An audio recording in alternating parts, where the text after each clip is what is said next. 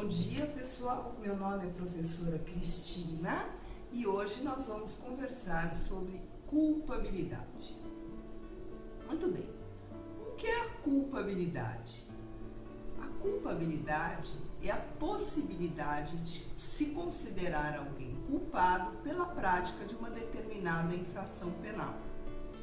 Trata-se, na verdade, de um juízo de reprovabilidade exercido sobre alguém que praticou determinada conduta.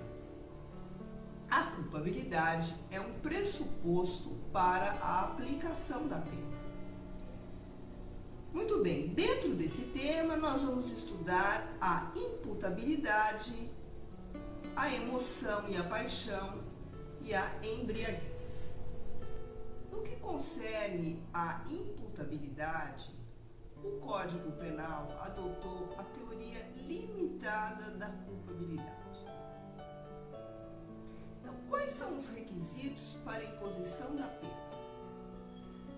A imputabilidade, que é a capacidade que o agente tem de ter de entender o caráter ilícito do fato praticado e de determinar-se de acordo com esse entendimento, a potencial consciência da ilicitude da conduta praticada e a exigibilidade de conduta diversa. Ou seja, para você punir alguém que praticou um determinado fato típico e antijurídico, é necessário que essa pessoa seja imputável, ou seja, que ela tenha capacidade de entender o caráter ilícito do fato praticado e de determinar-se de acordo com esse entendimento, que ela tenha consciência da ilicitude praticada e que, naquele momento, se pudesse exigir daquela pessoa um outro tipo de conduta. E quando o agente é inimputável? Bom, quando que o Código Penal considera uma pessoa inimputável? O Código segue o sistema biopsicológico. É o que vem descrito na regra do artigo 26 do Código Penal. Ou seja, o agente que por doença mental ou desenvolvimento mental incompleto ou retardado era, ao tempo da ação ou da omissão, inteiramente incapaz de entender o caráter ilícito do fato ou de determinar-se de acordo com esse entendimento, é havido pelo Código Penal como uma pessoa inimputável. Critério adotado, como eu disse anteriormente, o critério biopsicológico. A exceção, o artigo 27 do Código Penal adota o critério biológico, determinando que os menores de 18 anos são penalmente inimputáveis, ficando sujeitos às normas estabelecidas na legislação especial. A legislação especial, nesse caso, é o Estatuto da Criança e do Adolescente. Quais são os requisitos da inimputabilidade, então? A existência de uma doença mental ou de um desenvolvimento mental incompleto ou retardado, existente ao tempo da ação ou da omissão delituosa. Vejam bem, essa doença mental ou esse desenvolvimento mental incompleto ou retardado tem que estar presente no tempo da ação ou da omissão. Também a perda da capacidade de entender e querer. Há casos em que o agente não é inimputável, mas ele tem a sua capacidade de entendimento e autodeterminação diminuída. Nessa hipótese, a responsabilidade dele será também diminuída. O agente semi-imputável será condenado e o juiz terá duas opções. Ou ele reduz a pena de 1/3 a 2/3, ou ele impõe medida de segurança. A escolha por medida de segurança dependerá sempre do laudo psiquiátrico. Muito bem, então, como nós analisamos aqui, nós temos, no tocante à imputabilidade penal, 3 hipóteses. Ou o agente é imputável, e aí o juiz aplicará a ele uma pena, ou ele é inimputável, e ele será isento de pena, mas o juiz aplicará a ele uma medida de segurança, que pode ser, em casos de crimes apenados com reclusão, a internação em hospital de custódia e tratamento, ou tratamento ambulatorial, se o crime for apenado com detenção. No caso dos semi-imputáveis, que são aqueles que têm a perda da sua capacidade de entendimento, de autodeterminação, a pena será sempre reduzida de 1 a 2/3. Ou o juiz substituirá essa pena pela aplicação de medida de segurança, que poderá ser sempre internação em hospital de custódia, se a conduta for apenada com reclusão, ou tratamento ambulatorial em caso dos crimes apenados com detenção. Muito bem, agora nós vamos estudar um outro tema que diz respeito também à culpabilidade, que é a emoção e a paixão.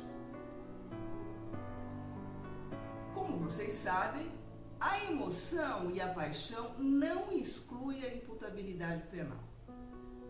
O que é emoção? A emoção vem a ser uma alteração intensa e passageira no ânimo, podendo ser agradável ou penosa. Exemplo de emoção que todos nós conhecemos muito tão bem: a tristeza, a alegria, a aversão, a ansiedade, o medo, o prazer erótico. Muito bem, a emoção não exclui a imputabilidade penal, mas é prevista como circunstância atenuante ou causa de diminuição de pena na parte especial do Código Penal. A paixão já é um outro tipo de sentimento. A paixão, como dizia Kant, é o charco que cava o próprio leito, infiltrando-se paulatinamente no solo. Ou seja, é um sentimento que vai infiltrando na nossa mente, na nossa alma, e vai crescendo. São sentimentos de ódio, de amor, de vingança, de inveja, de ciúmes. Entende o legislador penal que, embora esse sentimento possa influir no raciocínio do agente, ele é sempre passivo de controle, razão pela qual a paixão jamais exclui a culpabilidade. Agora vamos falar sobre a embriaguez. É bom que vocês saibam que o Código Penal é taxativo. Não exclui a imputabilidade penal a embriaguez voluntária ou culposa pelo álcool ou substâncias de efeitos análogos. Então, muito bem, vamos estudar então os tipos de embriaguez. A embriaguez pode ser não acidental, pode ser dolosa, completa ou incompleta, culposa, completa ou incompleta. Ela pode ser uma embriaguez acidental, decorrente de caso fortuito ou de força maior. Também pode ser completa ou incompleta. Ela pode ser uma embriaguez patológica e pode ser uma embriaguez pré-ordenada. A embriaguez não acidental jamais exclui a imputabilidade, como nós lemos, seja ela voluntária culposa, completa ou incompleta. A exceção no tocante à embriaguez decorrente de vício, porque aí ela é considerada doença mental e o agente poderá ser havido como inimputável ou semi-imputável. Mas, como regra, a embriaguez não acidental jamais exclui a imputabilidade. Por quê? O Código Penal abraça a teoria conhecida como actio libera in causa, ou seja, a ação do agente que se embriagou foi livre em sua causa. No momento em que ele ingeriu a substância, ele era livre para decidir se devia ou não o fazer. Portanto, ele deve ser responsabilizado pela ação praticada no estado de embriaguez. Como eu disse para vocês, a embriaguez voluntária ou culposa pelo álcool ou substâncias de efeitos análogos jamais exclui a imputabilidade penal. Porém, a embriaguez completa, proveniente de caso fortuito ou força maior,